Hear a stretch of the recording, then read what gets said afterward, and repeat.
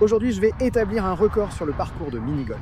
Je suis ici à Golfland Sunsplash à Mesa, en Arizona, et nous sommes sur le parcours de mini-golf le plus difficile qu'ils proposent. C'est le chemin de la princesse. Ils ont un par 2 36, donc chaque trou est un par 2. Aujourd'hui, je vais battre le record en faisant un 31 pour devenir le nouveau détenteur. Bienvenue au trou numéro 1, appelé Boulevard de la Bouée. Léger dogleg à droite avec des bouées qui bloquent mon chemin. Et quand on arrive à la fin, le trou central, c'est un trou en un automatique. C'est ce que je vise. Si tu la mets ici, le trou est fini.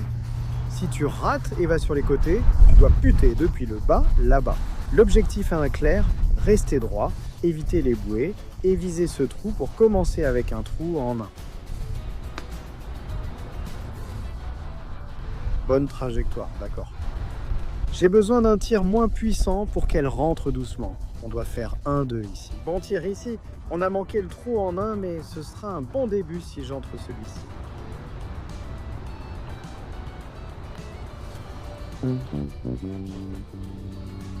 D'accord, on commence à s'échauffer. On sait que je ne battrai probablement pas le record du parcours dès le premier jour, mais il faut qu'on se fasse une idée et établir notre propre record. D'accord, bon début. Ça a été un peu rapide là. Un au-dessus du par, bienvenue au trou 2, Donkey Kong. Nous avons un petit trou qui part vers la droite, et l'endroit exact où vous voulez frapper, c'est ce fichu tonneau. Il est toujours dans le chemin. Ça ne devrait pas poser de problème. Je vais passer juste à côté, faire rebondir la balle dedans. Faire un trou en un ici serait génial. Ce n'est pas mal là, dis-le un peu. Allez, non. D'accord. J'ai tiré juste au-dessus ici. Donc, d'une manière ou d'une autre, même si on ne veut pas toucher le baril, il faut viser l'espace et toucher à peu près ici, au lieu de juste ici. Ça ira pour nous. Je pense l'avoir touché au centre. On est dedans à 5. Ce n'est pas un super ni un mauvais début. Le trou numéro 3, c'est la maison de grand-mère. Donc évidemment, j'ai dû mettre le petit chaperon rouge et il faut qu'on la tire juste dans l'ouverture là. Et je pense que si ça sort par ce tube, il y a de bonnes chances qu'on fasse un trou en un, même si je ne sais pas si c'est garanti. On veut juste la mettre dans la trappe et voir ce qui se passe après. Très bien, on a fait notre boulot. Voyons où elle va. Allez, un double 6. Allez, chez mamie, montre-moi ces cookies. Qu'est-ce qui se passe? Mamie n'a pas de cookies. Mamie t'a donné des cookies à l'avoine? Mamie m'a donné, les cookies à l'avoine sont trop bons, ne critique pas. C'est comme penser avoir un cookie aux pépites de chocolat alors que c'est au raisin, c'est décevant. Mais je remarque maintenant une rainure ici, donc ça va vraiment arrêter ma balle. Je ne sais pas encore ce qu'on va faire sur ce trou, et c'est ce qu'on est en train d'expérimenter ici. Pas étonnant que ce soit le parcours le plus difficile. Je ne sais pas quoi faire avec ce trou, par contre. Ce n'est pas si mal. Je l'ai fait passer le virage. Bam! Terrible. 3 encore. Ça nous fait un score de 8. Mais on commence à comprendre. On est vraiment en train de progresser ici. Le trou numéro 4, c'est le royaume de Lord Squiglione. Il a fait quelques améliorations ici. Il a un château bien plus grand que sur l'autre parcours. Je ne sais pas ce qui va se passer. On doit frapper dans le pont-levis. Avec un peu de chance, on fera un trou en un. C'est tout pour toi. Voyons la suite. La trappe semble cassée, donc ça devrait m'aider.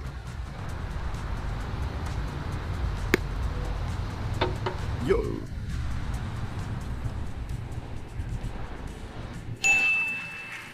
Le palais du seigneur Squiglione, notre premier trou en un du jour. Allons-y, il a toujours été bon avec moi. À quelle vitesse peux-tu dire Seigneur Squiglione? Seigneur Squiglione, Seigneur Squiglione, Seigneur Squiglione, Seigneur Squiglione, Seigneur Scorg. Seigneur Scorg, Scorg Liglion. Bienvenue au trou numéro 5, la Mesa. Si tu ignores la signification, tu ne vis sans doute pas à Mesa, en Arizona, où nous sommes actuellement. Voici ce que signifie table. Il y en a une au bout, c'est plat jusqu'à là-bas. Et si tu pars à gauche ou à droite, c'est fini pour toi. Donc ce qu'on va devoir faire ici, c'est la faire rouler tout droit et bien dans l'axe, mais assez doucement pour qu'elle ne tombe pas de la Mesa.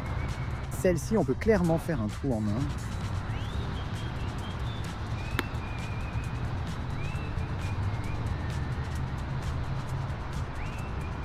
Il va falloir la frapper un peu plus fort que ça, mais c'est un coup sûr, on aura un 2 sur celui-là.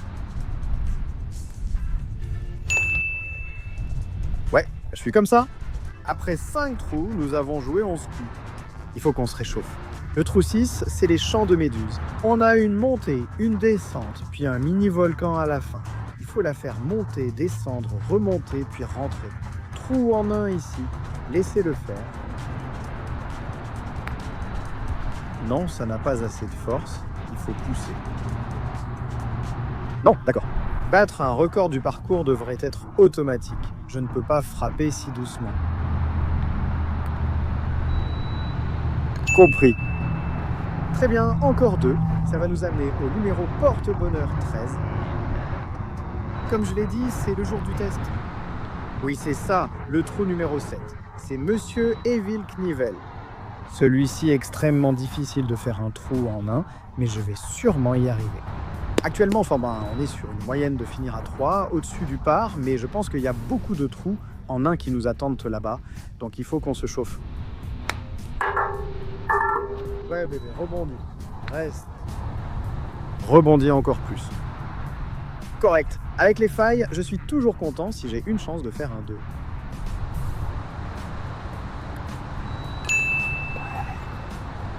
Ça fait du bien. Ce ne sont pas des coups donnés, j'en ai raté beaucoup.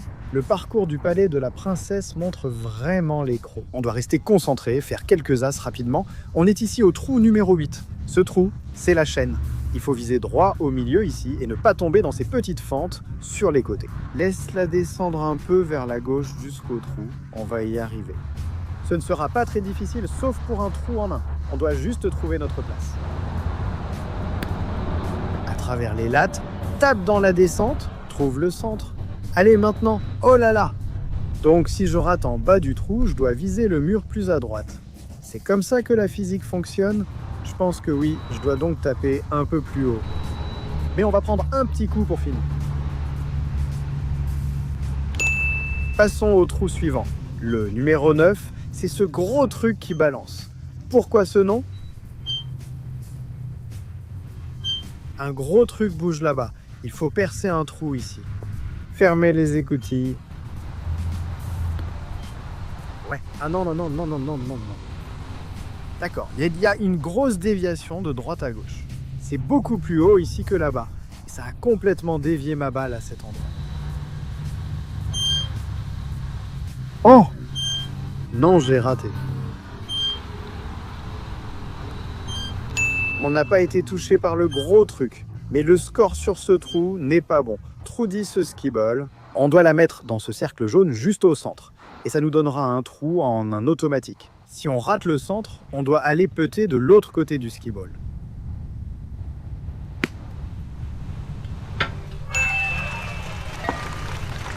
Ouais, merci. Je suis un maître au skiball. Passons au trou suivant. Trou numéro 11. Nous arrivons aux falaises de Jover. La route est plate, puis se termine par une forte descente. Il faut garder la trajectoire droite et éviter que ça tombe de l'autre côté. Allons-y. N'ose même pas t'arrêter trop tôt. Je pense que c'est vraiment parfait. Je pense que c'est vraiment... Tu te moques de moi là? C'est ridicule. Regarde ça. Cette petite aiguille de pin a arrêté ma progression. D'accord? La prochaine fois, on fait un trou en un sur celui-là, c'est sûr. Trou numéro 12, le tulipe. Ce trou est exactement le même que celui qu'on a joué sur l'autre parcours. Mais, pour une raison quelconque, si tu passes par les portes, tu fais automatiquement un trou en un. Ce qui n'est pas le cas de l'autre côté. Je ne sais pas pourquoi c'est comme ça, mais je suis reconnaissant d'avoir une chance de faire un trou en un. Allons-y. Le tulipe petit.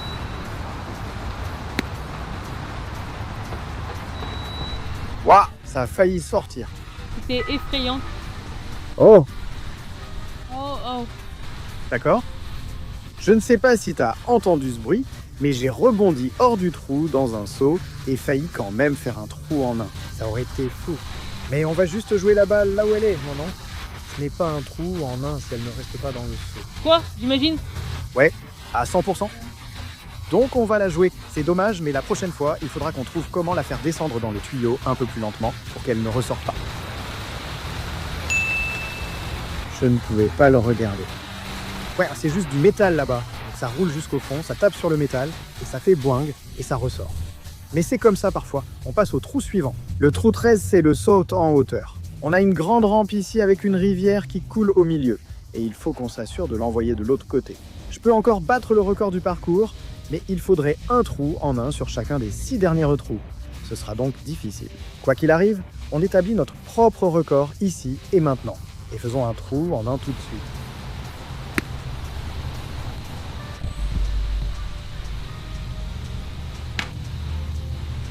D'une façon ou d'une autre, j'ai lancé mon club dans la même rivière que ma balle vient de rejoindre. C'était plutôt impressionnant, mais il va falloir aller repêcher les deux. Ah, ils sont juste l'un à côté de l'autre. Il y a peu d'eau ici, c'est bien.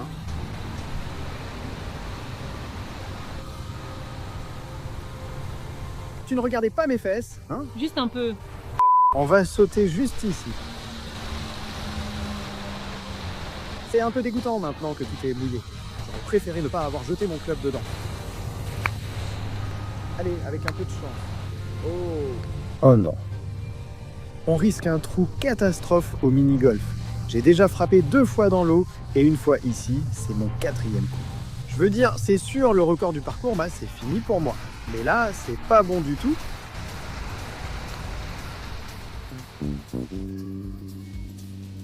C'est bon, remballez-moi. J'ai fait un 6 sur un seul trou, quasiment. Frérot, comment ça a pu arriver? Ce n'était sûrement pas de ma faute. Je refuse d'en prendre la responsabilité. D'accord. Très bien. C'est comme Tiger Woods sur le par 3. Quand tu dois...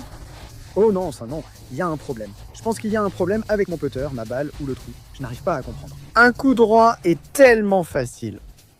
Coup droit. Qu'est-ce que je viens de faire? 1, 2. Ai-je fait un 7? Mon Dieu, déjà 32? D'accord. Battre notre record personnel ne devrait pas être trop difficile. Continuons à jouer. Malheureusement, nous avons déjà dépassé le record du parcours, mais nous allons continuer jusqu'au bout et essayer de prendre de bonnes notes. Savoir comment battre le record du parcours lors de notre prochaine visite. Nous sommes au trou 14 El Boogie, et ça va tourner par là, puis ça va encore tourner par là. El Boogie, aussi appelé le boomerangeur. Oh, quel effort remarquable. Je ne savais pas à quelle vitesse ça rebondirait sur le mur du fond. C'était une bonne tentative. Je ne suis pas en colère, essayons de comprendre. Maintenant, j'ai la trouille. Je te jure, il y avait un problème avec l'autre. Je refuse de croire que c'était ma faute. Trou numéro 15. Le plus grand volcan de la propriété. Ça lui vaut le titre de Mont Everest. Ici, tout est une question de vitesse. Faut la monter, la rentrer. Je n'ai mis personne enceinte.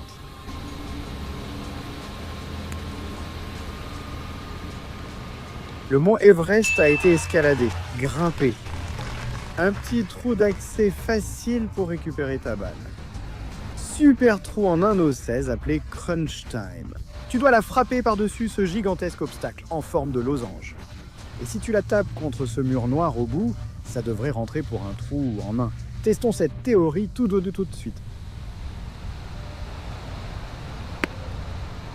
Allez ma grande, un rebond et c'est dedans. Oh, je l'ai frappé trop fort. Si je l'avais frappée plus doucement, elle serait tombée dans le trou, mais elle a juste roulé sur le bord. Il faut absolument réussir un trou en 1 ici. Testons une autre théorie.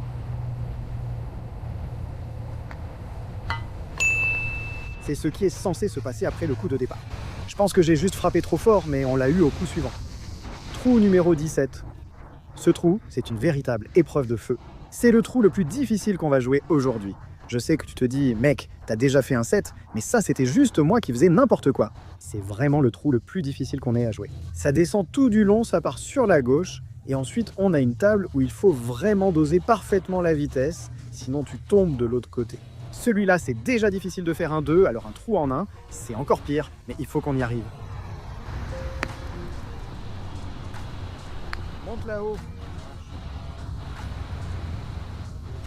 excellent. C'est celui-là qui, quand on chasse le record du parcours, nous coûte quelques coups. Il faut garder ce coup en réserve et éviter un trou ici. Bon. Passons au trou numéro 18. Trou numéro 18, bienvenue à la maison. Celui-ci est très facile. Si je rate, je devrais partir. Je pense qu'on finira avec un score de 40, ce qui est assez mauvais. 9 de moins que le record. Mais étant donné que 7 points étaient sur un seul trou, je pense qu'on est dans la zone. Vous avez vu qu'il y avait de nombreuses occasions pour moi de faire des trous en main, mais j'étais tout prêt. Ce record est atteignable. Finissons donc avec un bon retour et préparons une stratégie pour la prochaine fois.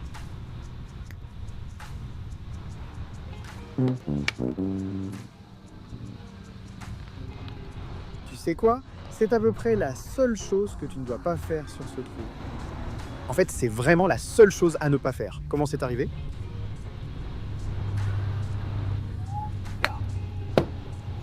C'est un que tu es censé faire. Il y a beaucoup de marge de progression, disons-le comme ça. Un score final de 41 va nous mettre à 10 coups au-dessus du record qu'on vise. Encore une fois, le record actuel est de 32, donc si on veut revenir ici et le faire la prochaine fois, il va falloir qu'on soit en feu. Il y a plein d'endroits où on peut rentrer quelques-uns de ces putes qui étaient tout prêts. Il faut éliminer les gros trous. Voilà, c'est tout. À la prochaine et merci d'avoir regardé. Salut!